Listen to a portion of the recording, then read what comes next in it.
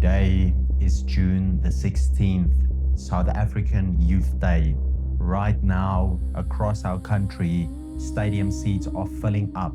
Politicians are turning on their microphones, putting on their party colors. They are preparing to make a bunch of empty promises to the youth of this nation. But back in 2020, during the first weeks of the COVID lockdown, God gave me a dream about this exact day, and it completely shattered about how I look at our country. In this dream, I was riding a bicycle down the streets of my hometown with my brother.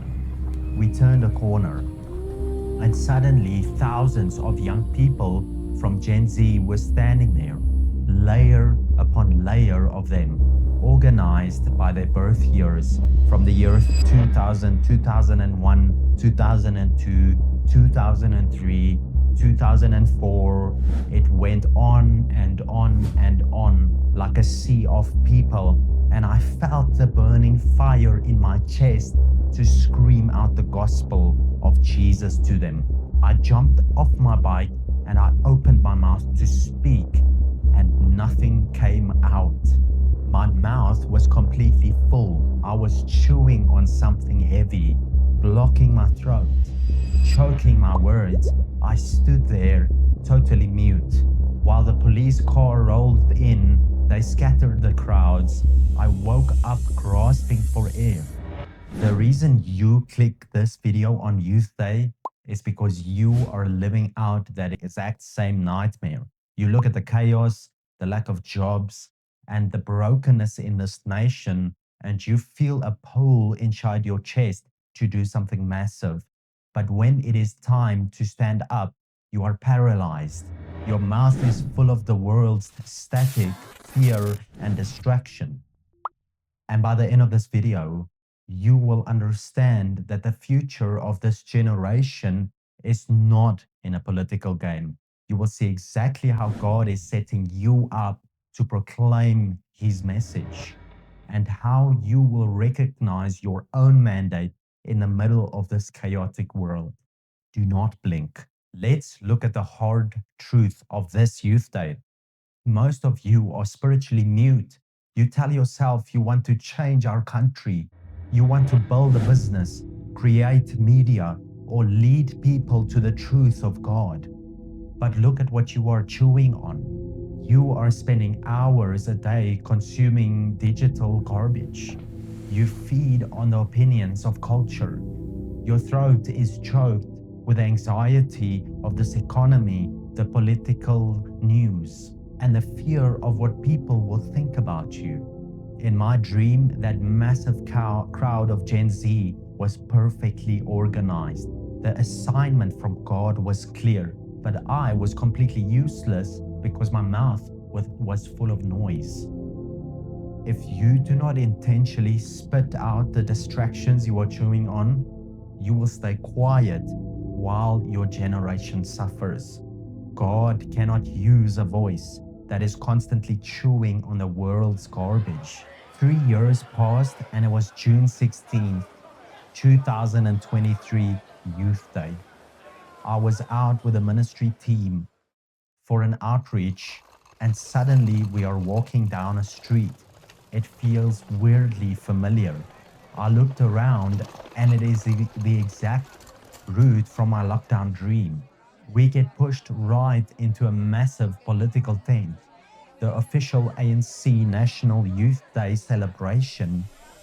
TV cameras are there, high-level political leaders are there. It's total noise and chaos, and it fills this tent. My immediate human instinct says, get out. This is political. This is uncomfortable. Church does not belong here.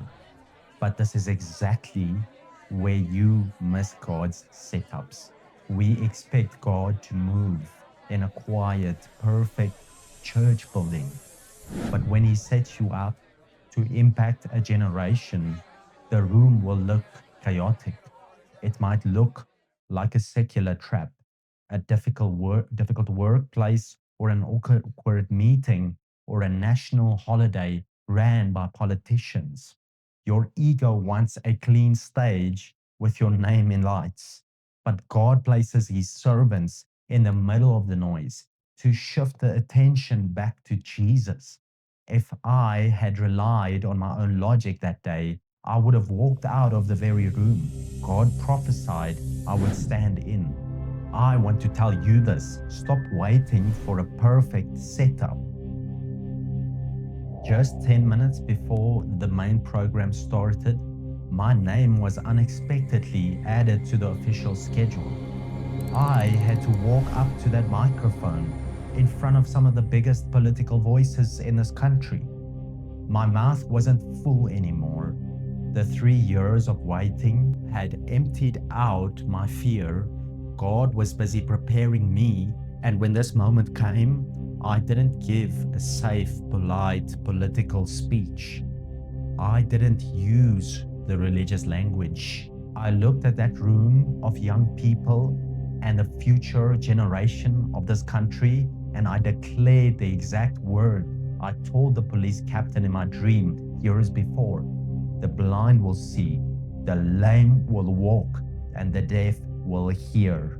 When I stepped down, our team started praying for people. We started praying for the sick people. And a man who was deaf in his one ear came to the ministry team to receive prayer. And God touched him right there. His ear opened and he could hear for the first time in I don't know how many years.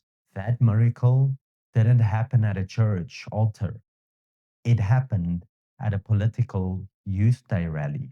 The dream wasn't about making me look important. It was a tactical coordinate given 3 years in advance so that when the pressure hit, I would know with absolute certainty that the room belonged to Jesus Christ and not to politics.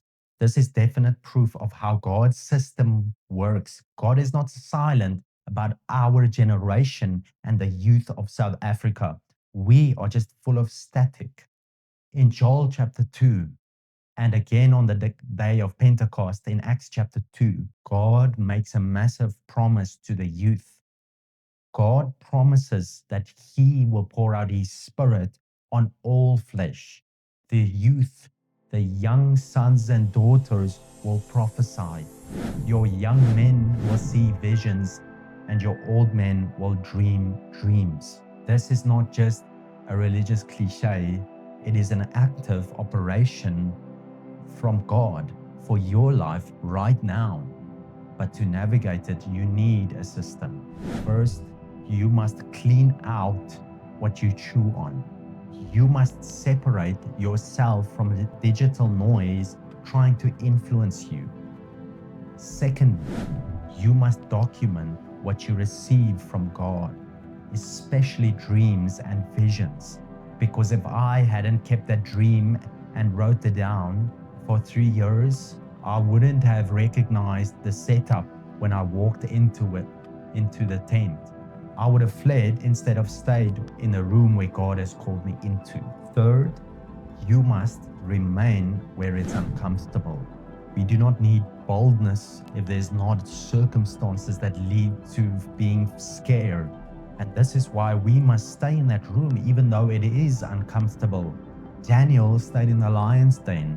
Esther confronted the king. David looked at Goliath in the eyes. These situations are uncomfortable, but when you align with God's design, your life stops being a series of random frustrating events and it becomes a highly calculated deployment from heaven to show the world the power of the kingdom of Christ.